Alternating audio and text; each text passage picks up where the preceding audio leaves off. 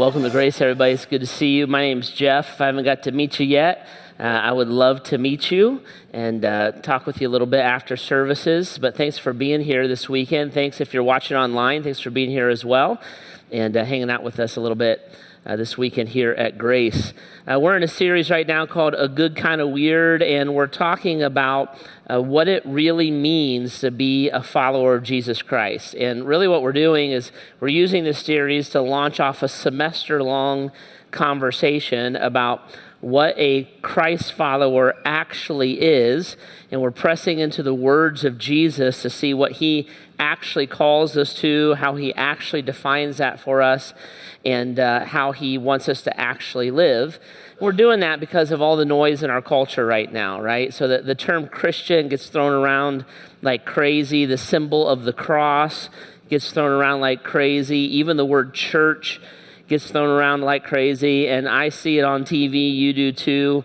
Things done in the name of Christianity, things done with a cross in the background, and I look and I think, I don't even want to be associated with those people, right? I don't believe what they believe. I don't believe that their hearts are right with God. I don't even want it to be tied to it, and yet it's all kind of slapped with the name Christian on it, and that's from the news and from our culture all the way down to maybe the family room you were raised in, that you look and say this person or this family member, that member, they were spiritual, they were a Christian, but I don't respect their life, I don't really like them even that much, and I don't want to be associated with them.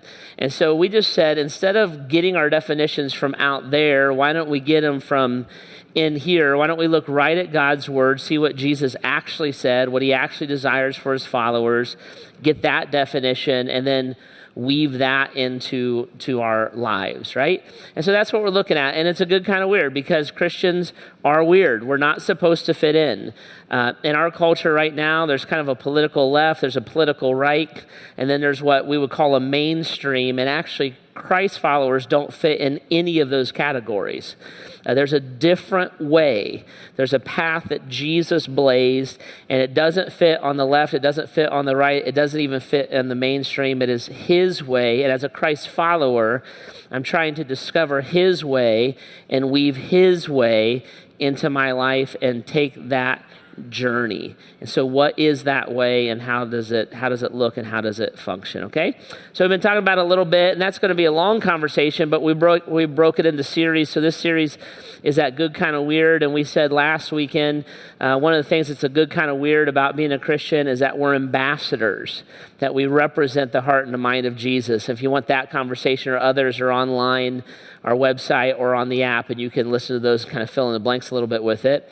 This weekend, I want to talk to you about the church and what a church is, what Jesus thinks of a church, what he would want for the church. When he created the church, church isn't a man-made invention, it's a God-made invention. So when God made it, when Christ made it, when he gave himself for the church, what does that mean? And how do I fit into that and play into it? Okay, now, if you're talking about what it means to be a Christ follower, the church is a huge part of that conversation, because when you become a Christ follower, a bunch of things happen simultaneously spiritually with us, right? So when I recognize that I am a sinner and that I need forgiveness or salvation from my sin, and I look and say that comes from Jesus Christ alone, and we talked about this the first week of this series, that's what the Apostle Paul says, salvation comes from Christ alone, that Jesus is the way, the truth, the life. Nobody comes to the Father except through him. Those are Jesus's words. That's what he says of himself. So I recognize I'm a sinner. I recognize that I need salvation. I can only receive that salvation from Christ alone. I ask for the forgiveness of my sin. A bunch of things happen to me simultaneously. One is I am forgiven.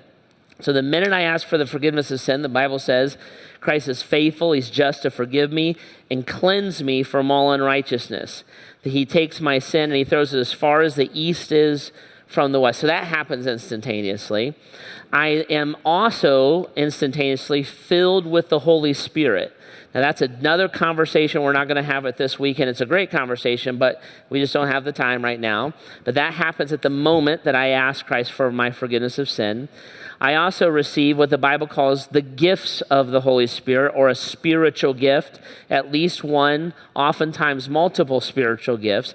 That happens at the moment that I accept Christ as my Savior. And again, another conversation, big one, fun one, but not today, right? And then the other thing that happens when I ask Christ as my Savior is I become a part of the church. So when I think of myself as being a Christ follower, I have to think of myself as being a part of the church of Jesus Christ. The global church, the universal church, every Christ follower on the planet's a part of the church. And then the Bible teaches us to organize the church into local churches. So Grace Church is a local church. We're a local expression of a global thing that's called the Church of Jesus Christ. So the church is a really, really big part of following Christ.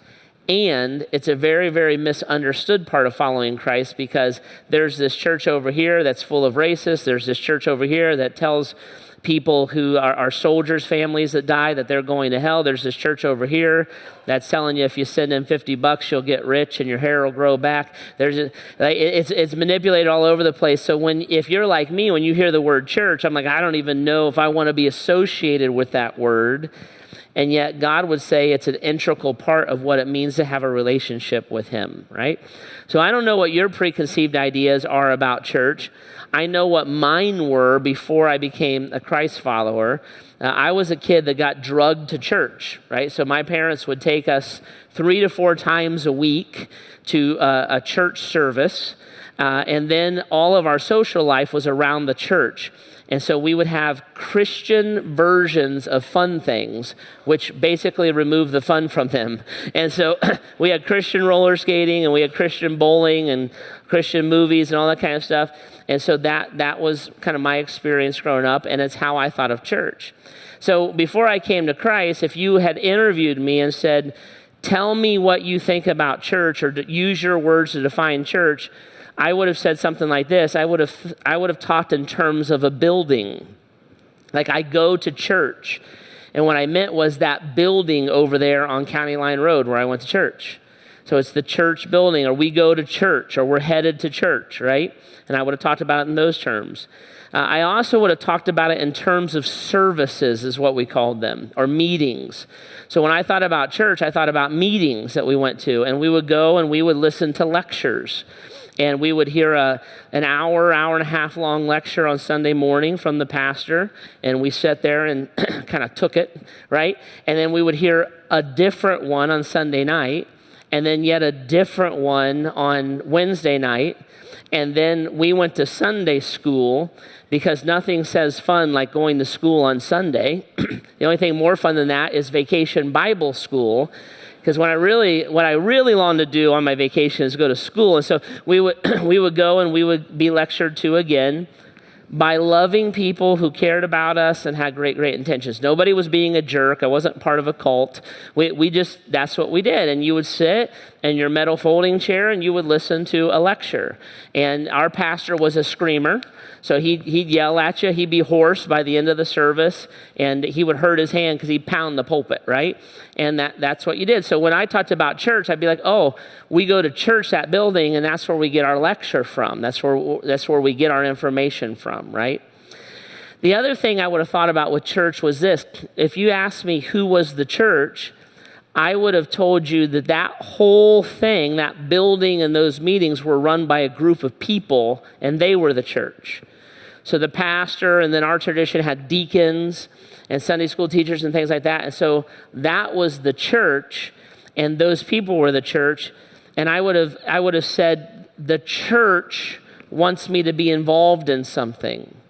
Or the church called, and we're going to go do some volunteering somewhere. Or the church is having a meeting, and they want us to come to it to get information from the meeting. Or the church is trying to raise some money to do whatever the church was raising money to do. So I would have thought of it as a building, a set of meetings, a set of activities, and then a group of people that wants me to be involved, right? Now, I would have never thought of myself as the church.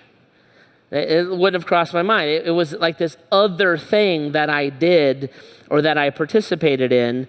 I never thought of myself as a member of the church or a part of the church, right?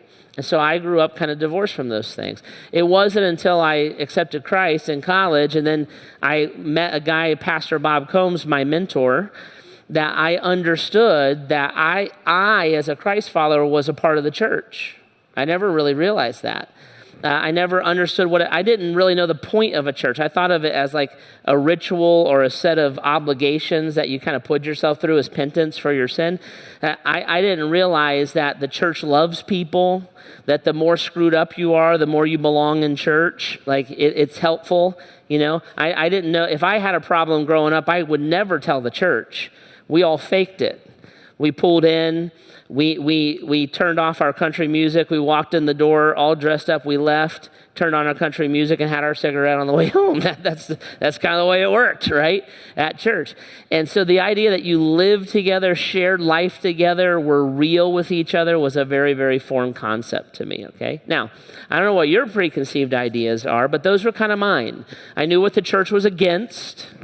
I knew very clearly that they were against certain things, never really knew what it was for, and just thought of it as like a way to pay off the spiritual credit card that I ran up that week, okay? Now, is that what Jesus thinks? Because I'll be honest with you, like when I was growing up, like the idea that when you come to Christ, you become a part of the church, I'd be like, oh man, party's over, I guess then. You know, that like I don't even really want to be a part of this thing.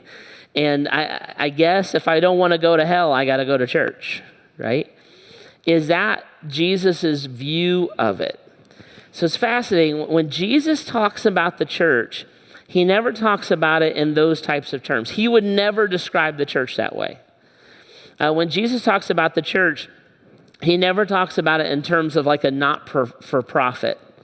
So the church and United Way and the Red Cross, like they would not be remotely the same things for Jesus, right?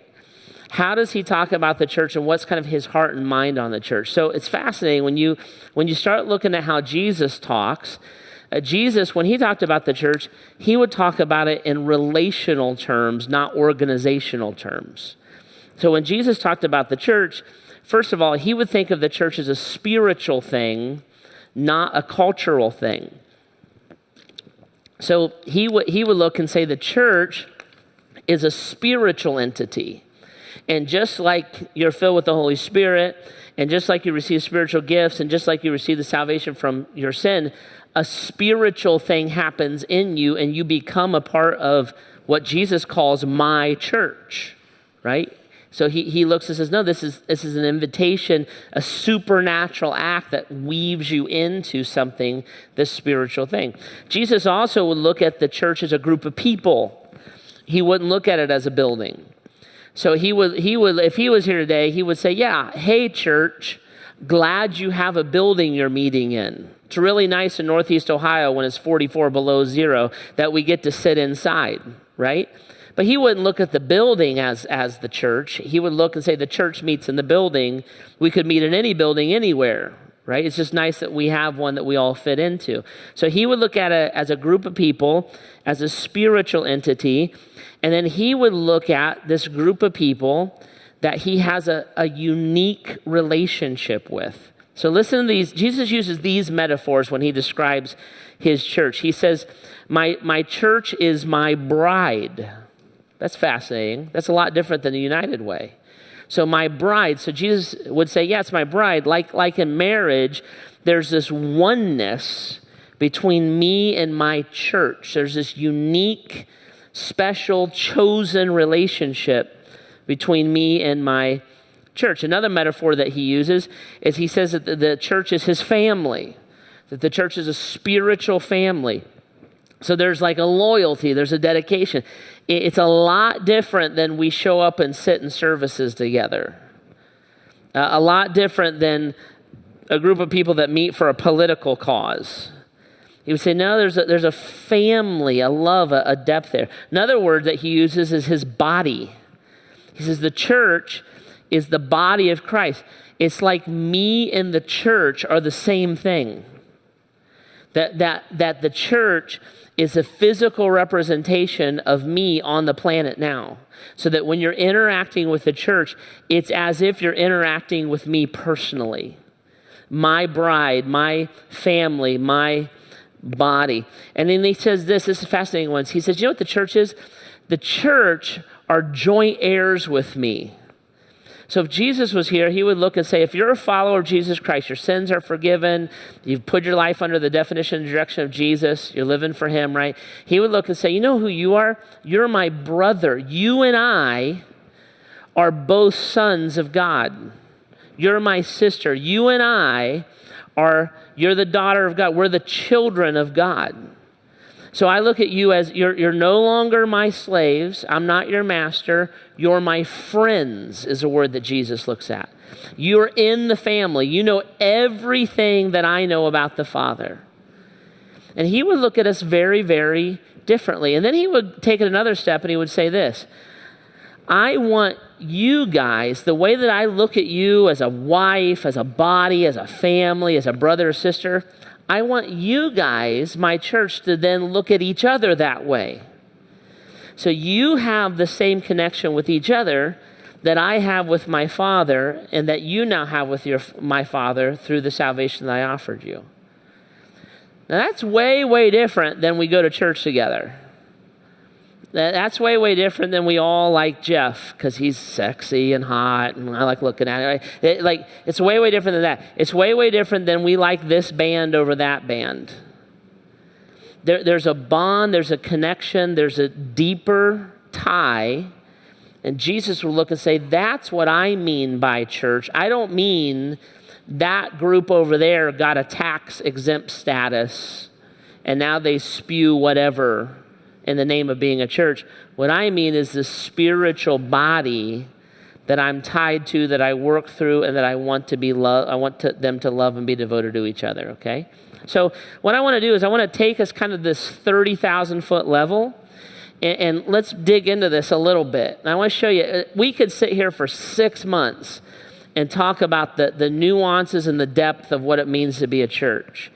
But I want to, for the sake of time, I want us to get like kind of a high level and maybe challenge some of our preconceived ideas, or for those of us who don't have any, like put in a true definition of what Jesus would think of and what he would want from his church, okay? One of the metaphors that Jesus uses that's powerful about his church is he uses the word adoption. He says this in Romans chapter 8, verse 15. He says, the Spirit you received does not make you slaves so that you live in fear again. Rather, the Spirit you received brought about your adoption to sonship, and by him we cry, Abba, Father. So for the Apostle Paul here is writing, he says, listen, this Spirit, he's talking about the Holy Spirit. The Spirit that you received doesn't make you slaves. Your salvation is not to tie you down to rituals you must perform. Your salvation is not to obligate you to things. Your salvation does not enslave you to, you better show up, you better do these rituals, you better say this 10 times, you better put money in the basket. The Spirit you received is not locking you in to slavery. Rather, what it does is it facilitates your adoption to sonship. God doesn't look and say, you are my minions, you better show up on weekends or at least listen to the podcast. You better get your money in. You better stop smoking, drinking, chewing, and dating girls who do, or else you're not going. The salvation we receive facilitates our adoption.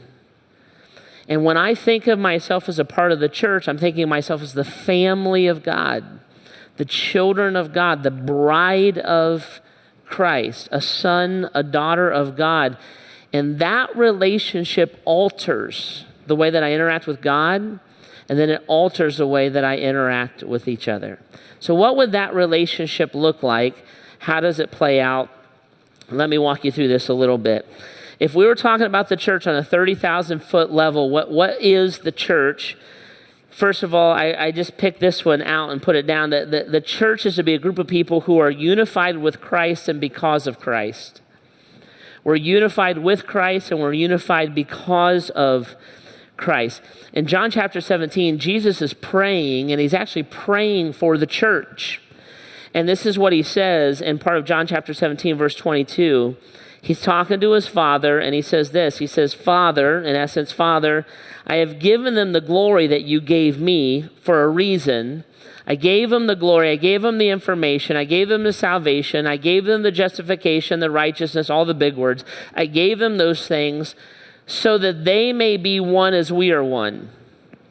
I and them and you and me, so that they may be brought to complete unity. Father, I gave them all the truth that you gave me, so that just like you and I are one, the church and I are one, and the church with each other is one. Jesus said this several times. He said, listen, the Father and I are one. When you interact with me, you're interacting with the Father. When you see me, you see the Father. And he's referring to that in this prayer. Father, just like you and I are one, to interact with you is to interact with me, to interact with me is to interact with you, I'm praying that the church is that way too. That to interact with the church is to interact with me. To interact with me is to interact with the church. And then I want that for them as well. That they are unified with me and because of me. When Jesus prays for unity here, he's not praying for cultural unity. He's not praying for uniformity. He's not looking and saying that if you're a part of the church, you better walk this way and talk this way and have your hair this short and you better quit doing this and you better vote this way and you better support this cause, you better like this. He's not praying that we are uniformed. He's praying that we are unified. It's a very different conversation. And what unifies us is our love and passion for Christ. If you're a Christ follower, what draws you and I together is that you want to know and understand the heart and mind of God as much as I want to know and understand the heart and mind of God. That you have a passion to be like Jesus, to love like Jesus, as much as I have a passion to be like Jesus and love like Jesus. There's a unity that comes because of and through Christ. That does not mean that we have to live a uniform life. You and I might disagree on issues of politics. Maybe you really think we should raise taxes and build a new library, and I really think we shouldn't. That has nothing to do with us tying together in Christ. It doesn't mean you might think, you know what, everybody should homeschool their kids. And somebody else in your local church might think everybody should get their kids into the public school system and be a light for Christ. We can approach that completely differently and be unified because of Christ. You might run your marriage a certain way. I might run mine a different way. Our families may not look alike. It's fine. We don't have to be uniformed. We have to be unified. You know, I have a brother and two sisters, and they're all married, and our families don't look anything alike. They run their family a certain way. I run mine a different way. They run their finances a certain way. I run mine a different way. They live in one kind of house. I live in a different kind of house. They do one thing for a living. I do another thing for a living. We don't live a uniform life, but we are a unified family. See? And that's what Christ is praying for. He's not praying that his church moves in lockstep. In fact, let me warn you, let me caution you. If there's a spiritual leader that you read or listen to or go to their church or whatever, and they are pressing for that, you need to do life exactly as I do life. Your red flags should go up like crazy. Because the church is not a controlling organization. In fact, there's a whole big chunk of scripture that talks about freedom in Christ. How we can think differently, how we can act differently, how we can move differently, but still be unified in our love and our devotion to Jesus. So the church is a group of people like that we all look at Christ and we're all striving to follow and love and to proclaim the good news of Jesus. Now, there's a second level to that then. The next thing that's kind of true of the church is that the church is a group of people that are devoted to each other. So out of that unity with Christ comes a devotion to one another. And the Apostle Paul writes about this as well in Romans chapter 12, verses 5 and 10. He says, so in Christ, remember, because we're with Christ and we're because of Christ. So in that unity, we therefore form one body. We're one thing because we belong to Christ. And each member belongs to all the others. Be devoted to one another in love. Honor one another above yourselves. So Paul goes on, he says, listen, because of this unity that we have in Christ, because we share a name. My brother and my sisters, we live different lives, but we share a name. There's a unity there. So in Christ, because we share that, because we're all striving for the same thing, that unity comes out and says, be devoted to one another, where we form one body. My little toe belongs to my thumb, and my thumb belongs to my little toe. We are one thing. Therefore, each of us belongs to the other. Isn't that fascinating? That when I'm a part of a church, I'm a part of a church not because I like the church. That's our Americanism coming out. That's consumerism. Why do you go to Grace? I like the music. Why do you go to Grace? It's convenient. Why do you go to Grace? Jeff's sexy. I get it. I'm used to the pressure. But why do we do that? We'll usually come up with things that we like and care about. And so we purchased a product. Paul says, no. That's fine as a first date. But to actually be a part of a church is this idea that we belong to each other. I belong to you and you belong to me. We're one body. The toe and the thumb belong to each other. In Christ, we're all pursuing Christ. We're here for the same reasons. But a devotion and a love comes for each other, and we're devoted to one another in love. Guys, being a part of a church and the people of the church is a lot different than sitting in service together. It's a lot different than kind of cheering for the same team. There is to be a personal, relational devotion to each other. You never storm out of a church angry, right? You would process that through. You never sit in church with somebody that you can't stand, that you don't trust, that you believe has offended you. That's not even what a church does. My pinky toe and my thumb, they cannot act independently from each other. If one is sick, the whole body is sick. If one is diseased, the whole body is diseased. This unique love, and it's a weird kind of love. It's a weird kind of a devotion that when you go through the hardest times in life, I go through those times with you. Why? They don't even involve you. Because we're devoted to each other, because we're a body. By the way, we celebrate the best times in life. We celebrate the baby being born. We celebrate the new marriage. We celebrate the big one. We're not jealous. We're not angry. We don't covet one another. We look and say, no, we're happy for you because we're devoted to each other.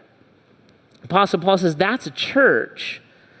A church isn't a bunch of people who sit in a room together and look forward and watch a speaker. That could be a movie. There's nothing spiritual about that. A church isn't a bunch of people who rally around an organization and kind of take pride in participation in the organization. That could be the United Way. Nothing wrong with the United Way. It's just not a church. There's nothing spiritual about it. A church is a spiritual group who is dedicated primarily to Christ and then has a deep devotion and love for each other because we are one body. And so we belong and we give ourselves to each other. The third thing I put down is this, that the church is a group of people that are defined by Christ's heart and mind. The church is a group of people that are defined by Christ's heart and mind. Peter, when he's talking and writing in 1 Peter chapter 2, verse 11, says something fascinating about the church. He says this, he says, "Dear friends, I urge you as foreigners and exiles to abstain from sinful desires which wage against your soul." It's fascinating, those words that he uses.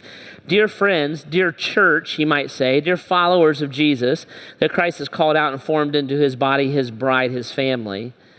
I urge you to see yourself in a certain way.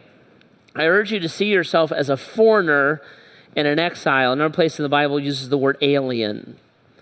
Church, I would urge you to look and say, your citizenship is not in the culture that you exist in now. You are citizens of a heavenly kingdom, and you are subjects to a heavenly king. And your definition and your direction and your authority come from that king and from that kingdom, not from the things that are around you. Christians are a good kind of weird in this way. There's the left, there's the right, there's the mainstream, and then there's us. We would not fit cleanly into any of those things. If you look and say, I line up 100% with the Democratic platform, I would say you're probably not where you need to be as the church. I line up 100% with the Republican platform. You're probably not where you need to be as a church. I'm just a moderate. I kind of float in the middle. You're probably not where you need to be as a member of the church. There's a different way, Christ way, and it is to be the way of the church, and it will cause us to live as foreigners, as exiles, as aliens, because we're citizens of another kingdom. By the way, this is why the church is dangerous. It's dangerous within culture. If you want to do a little history lesson, this will be a fun little history lesson for you. Go and research all the totalitarian regimes that have happened since the time of Christ. And what you'll find is this: as those totalitarian regimes rise to power, one of the very first things they will do is try to oppress the church. They'll burn the Bibles, they'll break up the congregations, they'll persecute the pastors, they'll do all that. It's across the board. They'll oppress the church. Why do they do that? Because they know that the people of God, the church of God, do not respond to earthly authority or earthly incentives like other people do. So if you come in as a totalitarian regime and say, hey, if you don't start preaching pro-government this or that or whatever, then we're going to kill you, the church will look and say, okay, I'm actually not afraid to die. In fact, I believe that most of my life is lived in eternity, and what is mortal is going to be swallowed up by life. So you can put me to death. That'll be okay. I'm not afraid of it at all. I'm not forsaking Christ. That's what happened through the whole New Testament, and that's why Christians were martyred, because the Roman government would persecute them that way. The church is also not motivated by earthly incentives.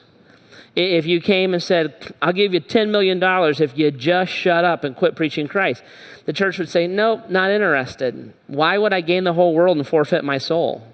I'm not motivated by that at all. So I'm just going to keep preaching Christ. There is no way to stop the church, because the church, regardless of the trends of the day, regardless of the rulings of the court, regardless of what's popular or not, the church doesn't change. Because we would look and say, no, we are united with Christ because of Christ. We are looking at the path of Christ, which is defined through us by the Word of God, the Bible. The Bible is unchanging because God is unchanging. So that truth is relevant for all time, all space, all history, every culture. We're living that way. You say we need to be culturally relevant. We would look at you and say, your kingdom's going to pass away. The one we belong to is eternal. How many governments, how many nations have risen and fallen and even disappeared since Christ himself was on the planet? So you'll come and go.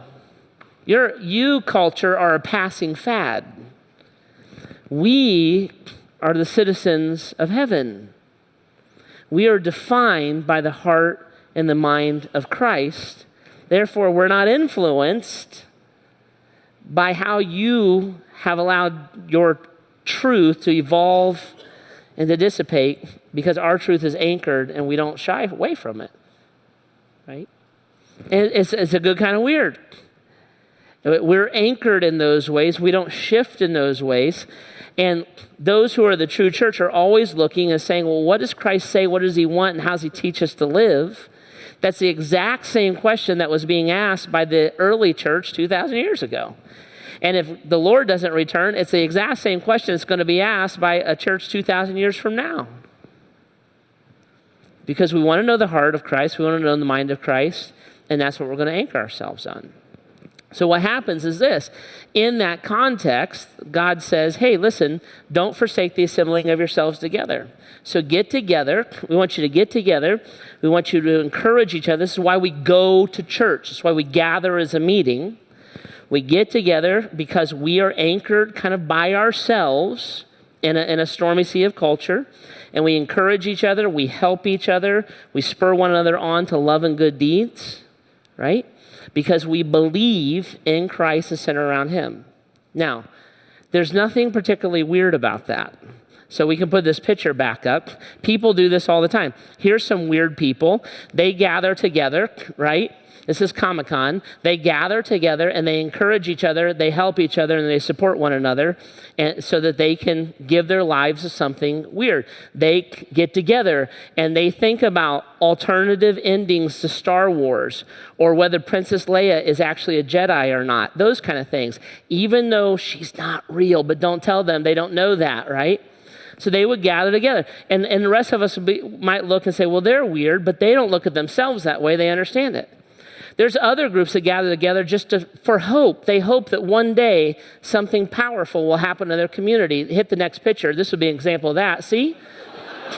Like, this is the year, right? This is the year.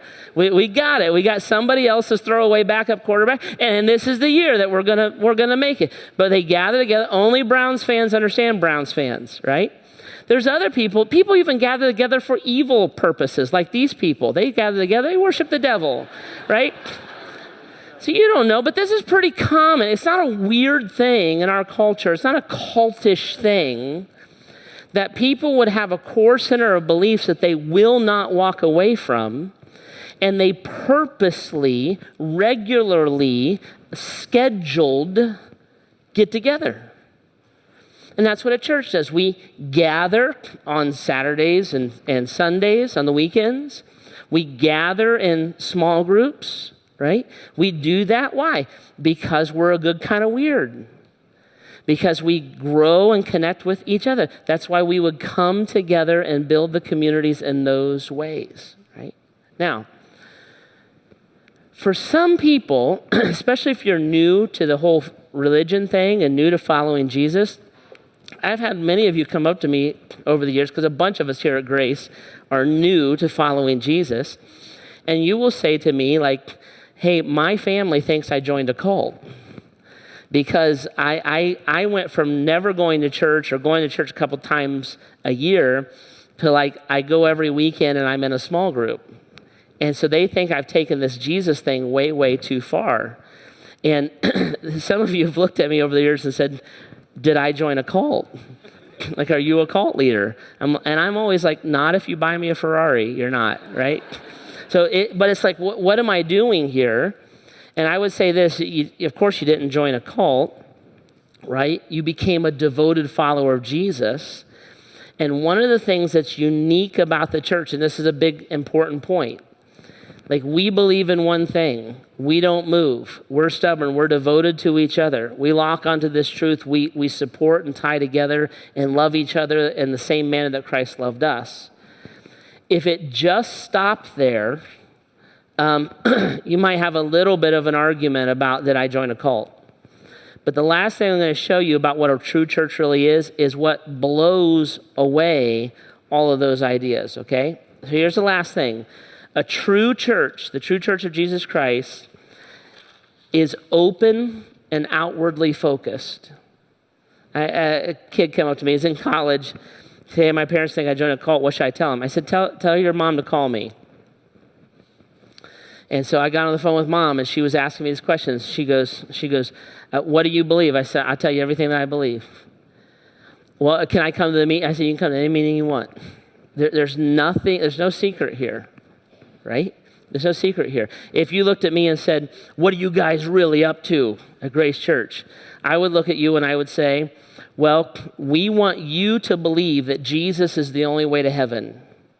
We want you to accept that you're a sinner the way that we have. We want you to call on the one name under heaven by which you can be saved, Jesus Christ. We don't want you to be Muslim. We don't want you to be Hindu. We don't want you to be Buddhist. We want you to be a Christian, a follower of Jesus Christ. And we want you to give your life to the definition or the direction of Jesus and spend the rest of your life pursuing that. No secrets. That's what we want. We're very, very blunt about it, right? What do you guys do with all that money you collect? Jeff, do you drive a Ferrari? No, I drive a 9-year-old Yukon. But if you want to buy me a new one, I'm open to it, right? What do we do with it? we start other churches. We've started 7 of them so far. We start other churches to do the exact same thing that we're doing. That's what we do with all the money. Do you guys send these missionaries out to disrupt other cultures? Actually, yeah, that's exactly what we do. We have missionaries in Africa, Brazil, all over the world, because we believe that those folks, if they don't know about Jesus Christ, their eternal soul is in danger. And we believe that so deeply that we will sacrifice of our personal wealth, our personal time. Some of us will even walk away from a North American life to go and live there and proclaim that good news all the time. There's no secret to it. There's no secret meeting. There's no secret handshake. There's no secret club. Life groups are just people meeting in somebody's living room. They're not sacrificing cats, although it wouldn't be a bad addition. There's nothing like that going on. You can come to any meeting you want to come to, right? We have a business meeting. You can come to it. Nobody else comes to it. You're more than welcome to come to it, right? It's all open, and we would love for you to be a part of it. It's outwardly focused. So a true church, guys, listen, a true church never has a secret. A true church never has like money stashed away. In fact, that's one of the most clear marks of a false teacher. A true church doesn't have a secret handshake. It's open, it's honest, it's blunt. It's not covering anything. It's not saying it in some codish kind of a way. It's open and it's honest and it's outwardly focused, and it's trying to serve the world around us. This is what Jesus says in Mark chapter 10. Mark chapter 10, Jesus says this, verse 42. Jesus called them together, his disciples, or we would say today his church, and said, "You know that those who are regarded as rulers of Gentiles lord it over them, right?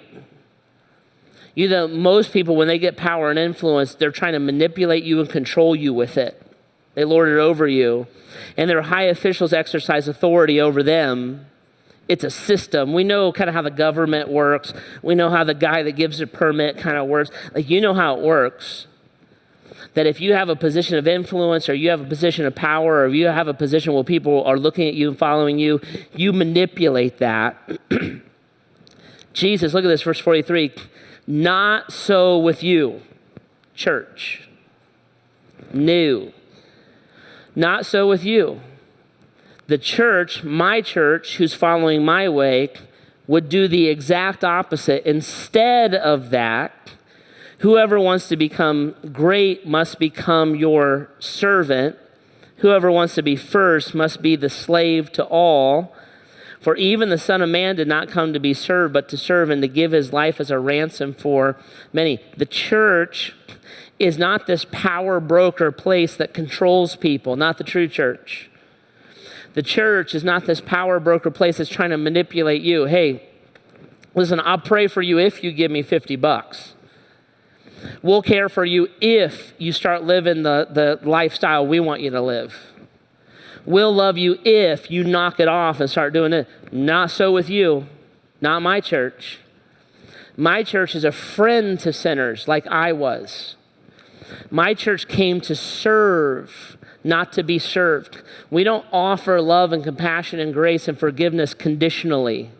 If you stop it, then we might consider. Not so with you. My church, my people, are to lay their lives down like I did. When I came to earth, I didn't come to lord it over people. I didn't use it as a money-making machine. I didn't use it as a manipulation point. I didn't come to control people. I came to serve them and to give them an invitation. Then Jesus would say, if he was here, I did not come in secret. I was not remotely vague about what I was teaching. I was not shy about me being the only path to heaven. I also was not a jerk. I was not harsh. I was not cruel. I was not political. I did not come with another agenda except to seek and to save your soul because I love you. And my people who are called by my name, Christians, little Christ is what that means. That's what I want reflected from your heart. My church serves. So we have a quote here at Grace. It's real important to me. It says this: If servanthood is beneath you, then leadership is above you. If servanthood is beneath you, then leadership is above you. Well, how do we get control of our culture? Who's asking for control of our culture? Christ didn't. We got to run our candidates. Run your candidates, whatever. I mean, if that's your cause, that's fine, whatever. We're not doing that. We're not citizens of it. We serve a higher kingdom. If you want to have a political involvement or political idea, go for it. You have freedom in Christ, do whatever you want. But don't make that your identity. Well, we got to get this country back. We're called to build a kingdom, not save a country. I mean, that's really not our cause, because the kingdoms rise and fall, hundreds of them, thousands of them since Christ was on earth. Only the kingdom of God is eternal. Well, how do we lead our culture? Serve it. Serve it. Jesus is the most influential person that has ever walked the face of the planet. And that's even if you don't believe he was God. Never owned a home. Never had money in the bank. Was never on TV. Was never on the internet. Changed the world. Never held political office. Never ran a campaign. Never protested anybody. The only time you ever see him mad is when people were defaming his Father's name and charging other people to have their sins forgiven. He changed the world. And he would look at us and say, hey, my body, my bride, my family, that's how I want us to roll. We don't apologize for who we are. We don't change. Just because a culture's changed, who cares? We love, we serve, we stand for truth. We communicate the gospel with gentleness and respect, right? And you are my church. And I have given all authority and all power to you to represent me. That's what a church is. That's what a church is. Now, there's probably a few places that we sit here this weekend, right? So I bet you there's some of you that would sit in the chair of curiosity, and because we talked about that a few weeks ago, like if you'll just kind of hang with us for a couple months, I'll try to lay out everything with what a Christian is supposed to be, put all the cards on the table. So for you, maybe you just never knew this stuff, and now you do. And so when you think about the church, if you can kind of pull off like all of the stuff that kind of swirls around the culture and get right into Jesus's words, maybe being the church and being adopted into the spiritual body called the church has a different idea for you now. And just like ambassadorship, this other path, at least now you know what it is, right? Now I bet you a bunch of us sit where I sat most of my life, where I had to unlearn some things about what I thought a church was. Because I thought services, I thought a building, and I thought things they were against. When Pastor Bob got into my life and he started to cast a vision for me about what the true church was, that it was a hospital for hurting people, that the more screwed up you are, the more the church can serve you and help you. That the church was a place where we unified around Christ, but we didn't have to agree with each other. Democrats and Republicans can love the same Lord. What?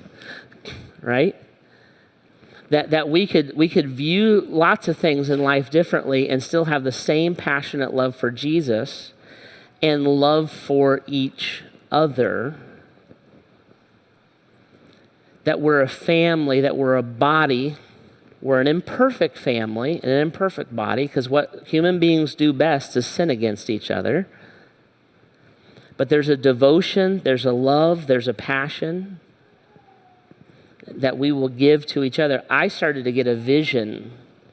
Now I've kind of given my whole adult life to it, of what a powerful, Christ-centered church could be if we actually were committed to being a church. Now, let me press into this. This is going to tick some of you off, but I love you. Remember that. And if you don't remember that, remember there's people with tasers that will protect me. This definition, ready, has nothing to do with sitting in services. And if you come to church and all you ever have done is sit in a service, then you're by Jesus' definition, you're actually not a part of the church. You're watching the church. It doesn't even have anything to do with money. Because the church I grew up with, that was your way in. If you showed up all the time and then you put money in the basket, now you're really in. So thank you for your money. You know what now what we use it for? Famine relief, building other churches, stuff like that, right? So thank you for being a part of that. That does not make you a part of the church. Because it's not what it is.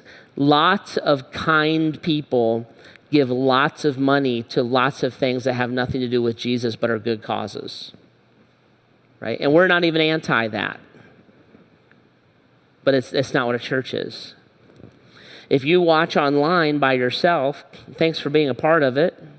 It's great. Like, seriously, I really appreciate that. But that doesn't make you a part of the church just because you watch or you listen to me or you like it or you listen to Ryan, whoever, right? So by Jesus' definition, until we share our lives with each other because of Christ, we're not actually a part of the church. A church is a group of people zeroing in on Jesus and then being as devoted to each other. Our devotion to each other mirrors our devotion to Christ. So until I share my life with you and allow you to share your life with me, until I rejoice with you, until I mourn with you, until I confess my sins to you, until I bear your burdens, all the one another's. Christianity is a team sport. There are over 55 distinct, clear commands in Scripture I cannot even obey unless I have other Christians, other Christ followers in my life. So it's only when I start to share my life. Now, you can do that with 2 or 3 people. Maybe you're watching this in your dorm room and there's 4 or 5 of you. You can become the body of Christ right there. You can do that with 200 or 300 people, like sitting in the room right now, right? And we can become the body of Christ. You do this in life group. But showing up, sitting, and putting money in a basket is not being the church. I was taught that it was. And that the people who did that the most consistently were the most faithful parts of the church. Jesus would look at that idea and say, I don't even know what you're talking about. Because that's not how a family works. It's not how a marriage works, right? And it's not how a body works. Make sense? So if you're in that chair, you may need to consider those things. And the last chair, I would say, it might be this one. You might hear all this. Maybe you've been coming to Grace for a little bit, and you might say, Jeff, I'm in on that. Like, how do I become a part of this body then? Like, I've been coming for a while. I love what Grace is doing. I can unite with these people. I'm willing to share my life. I want to do that. I want to do it in response to Christ, in response to how that's playing out here at Grace. And what I would say to you is, let's act on that then. Like, if you're feeling at home, then let's be at home. And at Grace, what we do is we have a process where we let you look at us and we look at you. Because adoption's a big deal. So if we're going to adopt you into our family and you're going to adopt us as your family, we should spend a little time on that. So we call that the discovery process. That's a small group process where we lay out everything that is Grace Church. We're big on that here. I try to put all my cards on the table so you know what you're getting yourself into, right? I don't want you to be surprised by any of it. So that's what discovery does. And it also causes you to put your cards on the table because we're interacting back and forth is what a church does. So if you want to go down that path and say, you know what, this year, let's do this, let's really tie in, Even if you've been coming here for like 10 years, like some of you have, I'm just saying, don't feel like I'm talking about you, but I am pointing you out right now in this general area of the room. Even if it's been a while, be a part of Discovery. The next one starts in 2 weeks, September 17th, right? And on your connection card in the program or the connection card that's on the app, sign up for that, and we would love to go on that journey with you, okay? And make the move. Somebody asked me last night, they said, if I've been sitting and I want to jump in, what do I have to do? And I'm like, well, I'm pretty sure jumping is involved. If you want to jump in, you got to jump. Then you'll be in, okay? So make the move and tie that in, okay? All right. That's what it means to be the church. And that was our deal for this semester. I'm not going to push you, guilt trip you, nothing like that. I just lay it out. So there you go. There's the definition of the church and how Christ would see it, how he would want us to see each other, how he would want us to interact with him, and how he would want us to represent his bride, his body, his family, okay? All right, why don't you pray with me? Jesus, we love you. Thank you for this. You created the church. You supernaturally started the church the day of Pentecost, and we're grateful, God, that we get to be the benefactors of your goodness to us. So thank you for that. God, for each of us, whether we need to start with receiving our salvation, repenting of our sins, or whether you just need to change our minds, that we're in a habit, we're in a paradigm, and we need to look at you and see the way that you lay out and adjust ourselves to you.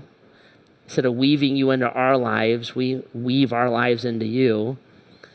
And wherever we're at on that spectrum, God, move in our hearts, change our minds and our hearts even now. Jesus, this is all for you and because of you and with you.